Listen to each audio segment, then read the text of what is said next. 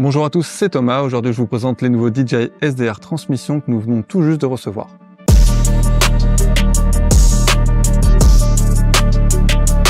Ces produits sont donc les nouveaux systèmes de transmission vidéo de chez DJI qui permettent d'exploiter la vidéo de votre appareil photo directement à distance sur un écran. Nous allons voir différents points dans cette vidéo, notamment les points forts, notamment les caractéristiques de ce DJI SDR. Ensuite, nous verrons les différents schémas d'utilisation, les compatibilités avec les différents accessoires que vous pouvez avoir. Nous répondrons à quelques questions que vous avez déjà posées sur les réseaux sociaux. Et enfin, nous conclurons sur cette vidéo. Faisons le point maintenant sur l'intérêt de ces DJI SDR Transmission. Ce sont des petits systèmes qui permettent de faire de la transmission d'images. Donc retrouver un moniteur ou un smartphone qui diffuse l'image que vous êtes en train de filmer. Cela aidera donc vos équipes de tournage à prendre conscience de ce que vous filmez, s'il y a des ajustements à faire, etc.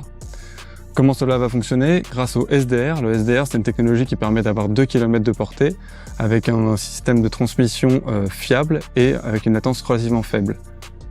L'avantage de ces DJI SDR, c'est qu'ils ont aussi le Wi-Fi pour pouvoir notamment directement vous connecter sur l'émetteur et donc avoir un retour vidéo sur votre smartphone et contrôler avec un écran supplémentaire le retour vidéo que vous êtes en train d'enregistrer. En entrée, vous pouvez insérer soit du HDMI, soit du SDI. Et l'avantage de ces nouveaux DJI SDR, c'est qu'ils disposent maintenant de batteries qui ne sont plus propriétaires. Ce ne sont plus des batteries DJI, mais des batteries qu'on appelle NPF, qui se retrouvent dans la majorité des appareils maintenant de l'audiovisuel. Et donc c'est très pratique parce que vous pouvez utiliser vos batteries habituelles et vous n'avez pas besoin d'acheter des batteries spécifiques DJI. Plusieurs connectiques sont présentes notamment sur l'émetteur. Donc pour alimenter, vous pouvez alimenter via un chargeur Power Delivery l'émetteur ou le récepteur. C'est un avantage que vous n'êtes pas obligé finalement d'utiliser les batteries NPF. Vous avez aussi la possibilité de charger directement et d'alimenter directement le transmetteur et l'émetteur. On retrouve aussi une prise casque. Cette prise casque vous permet de communiquer de façon audio entre l'émetteur et le récepteur, qui lui aussi dispose d'une prise casque. Et donc les deux opérateurs peuvent discuter et donc donner les ajustements à distance. Du côté du récepteur, on a la possibilité aussi de connecter un smartphone. Vous n'êtes pas obligé de connecter un écran, vous pouvez utiliser un smartphone ou une tablette grâce à l'application DJI Ronin. Cette application vous permettra d'avoir le retour vidéo, mais aussi plein de petits ajouts supplémentaires comme les zébras, les fausses couleurs, etc. Autre avantage de cette DJI SDR Transmission, vous pouvez contrôler un Ronin, typiquement un RS4 Pro ici. Vous pouvez le contrôler à distance via votre smartphone. On vous fera une démonstration juste après afin de comprendre comment vous pouvez bouger et donc contrôler la nacelle à distance.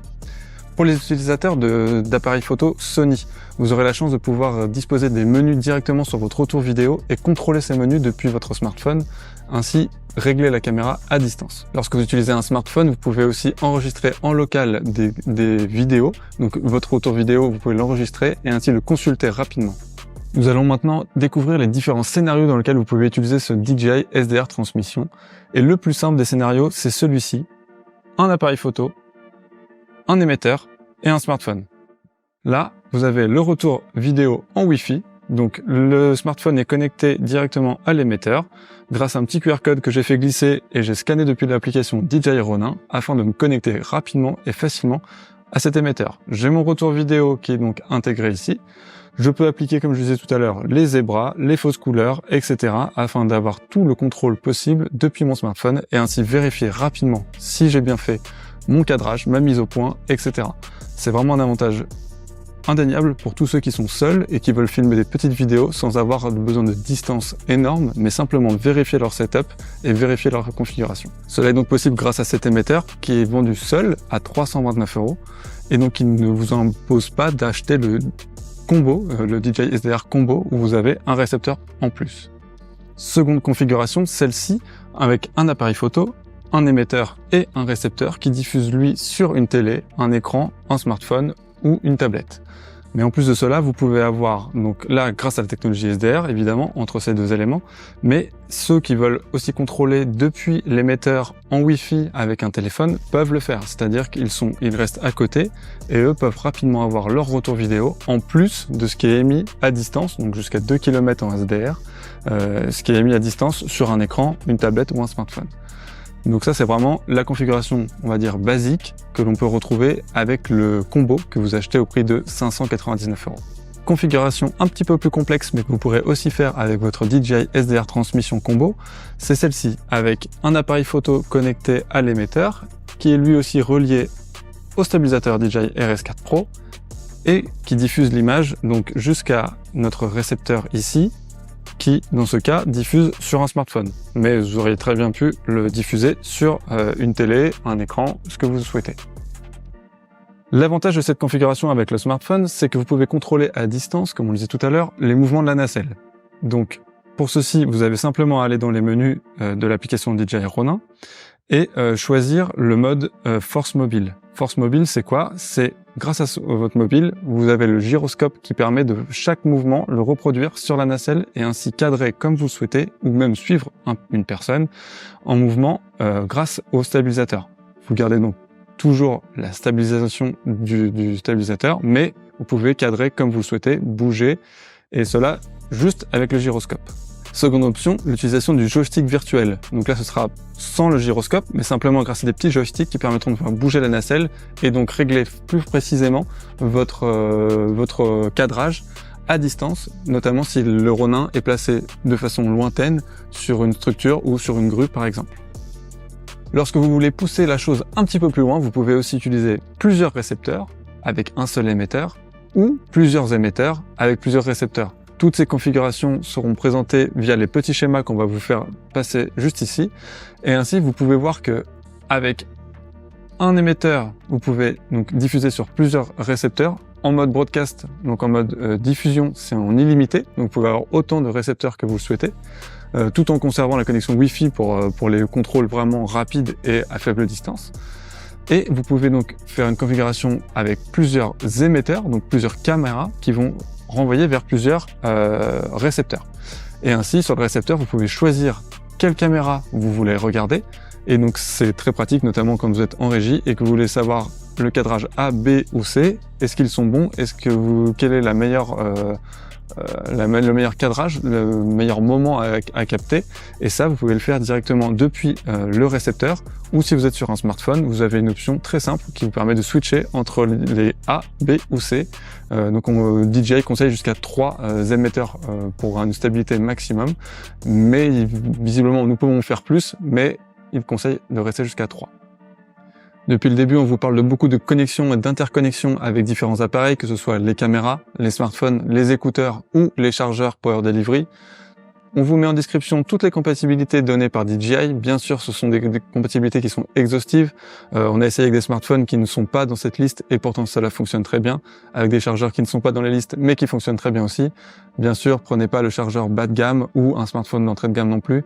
Il faut quand même avoir un minimum de puissance pour pouvoir avoir une bonne connexion et une bonne stabilité de votre outillage.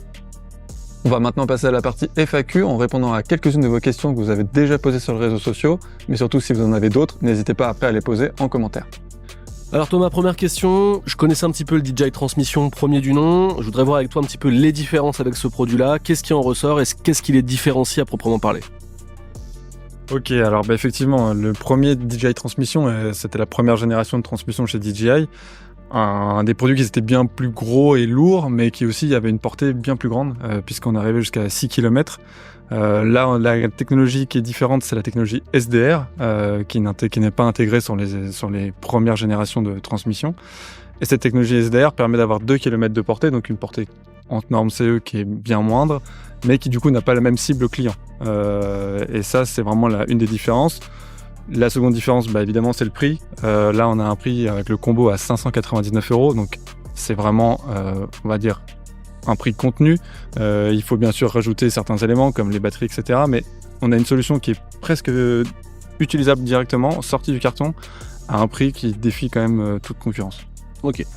Deuxième question, la tarification donc a baissé, aujourd'hui ça s'adresse à plus de personnes si je comprends bien. Est-ce que tu peux me dire avec plus de précision à qui se destine ce produit? Eh bien en fait ce produit se destine à plusieurs personnes et on va dire plusieurs typologies de personnes. Déjà tout simplement comme on l'a vu tout à l'heure, on peut juste avoir un émetteur, donc à 329 €, c'est encore moins cher que le combo. Et donc ça, ce sont des personnes qui veulent se filmer seules, qui simplement ont une caméra et besoin de savoir si le cadrage est bon. Donc ça, c'est une des premières typologies de clients. Après, on a les clients qui veulent du retour vidéo classique sur un petit plateau télé ou un petit tournage réalisé avec une, deux caméras et avec toujours un contrôle derrière d'une petite régie. Mais voilà, c'est vraiment cette cible client, un peu plus peut-être moins professionnel, moins haut de gamme, parce qu'il y avait aussi des avantages sur la transmission numéro 1, c'était la compatibilité avec beaucoup plus d'accessoires DJI et surtout beaucoup plus lourd et beaucoup plus cher. Donc c'est vraiment une autre cible client, mais voici vraiment la cible client du DJI SDR, c'est vraiment les petites équipes, même ou personnes seules, qui souhaitent avoir un retour vidéo fiable avec une portée relativement correcte. Ok. Dernier point à voir avec toi, on a vu que la tarification donc avait baissé par rapport au DJI Transmission première génération. Moi j'ai une question, est-ce qu'il y a moyen d'optimiser ce produit pour le rendre plus performant et potentiellement améliorer ses caractéristiques techniques ? Eh bien, déjà, tout d'abord, avant de l'optimiser, il faudra surtout l'équiper, parce que, comme on disait tout à l'heure, il n'y a pas de batteries qui sont fournies, donc les batteries NPF, qui sont des batteries classiques, mais qu'il faudra avoir sur vous, ou des chargeurs, parce qu'on peut l'alimenter directement avec un bloc chargeur Power Delivery. Donc ça, vous êtes obligé, il faut bien alimenter le produit, c'est la base. Après, il y a pas de câbles HDMI qui sont fournis, donc il faudra bien connecter entre votre appareil photo et l'émetteur, il faudra bien un câble HDMI. Et même chose entre le récepteur et votre écran, par exemple, si c'est une télé ou un écran d'ordinateur. Donc là, il faudra bien des câbles HDMI, donc tout ça, vous les retrouvez sur notre site, évidemment. Et enfin, l'accessoire phare qui, je pense, va être très intéressant, c'est de pouvoir fixer votre récepteur directement avec une pince de smartphone. Donc ça, ce sont des accessoires DJI officiels que DJI a annoncé, mais que nous n'avons pas, donc on ne peut pas vous les présenter, mais c'est effectivement un point fort si vous utilisez une tablette ou un smartphone pour pouvoir fixer simplement votre récepteur derrière. Ok, merci beaucoup pour ces réponses, merci Thomas, je vais te laisser conclure cette vidéo et à très bientôt. Eh bien écoutez, j'espère avoir répondu à toutes les questions que vous vous posiez à propos de ce DJI SDR Transmission. Si jamais vous en avez d'autres, posez-les en commentaire, n'hésitez pas, suivez-nous sur nos réseaux sociaux et ainsi vous aurez toutes les actualités et nouveautés à propos de ce produit. Allez, ciao!